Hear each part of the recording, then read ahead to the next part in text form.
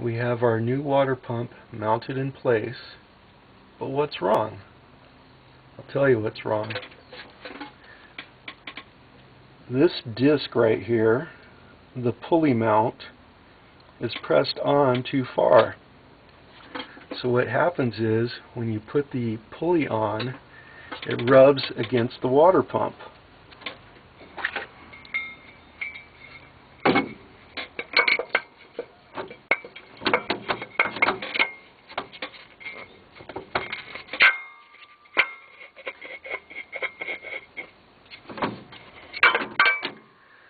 So,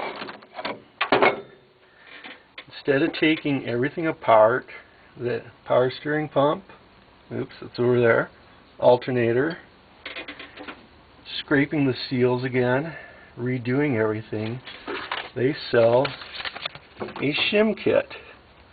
The auto parts store that I purchased this water pump from was kind enough to give it to me, since they're the ones that sold me the defective water pump.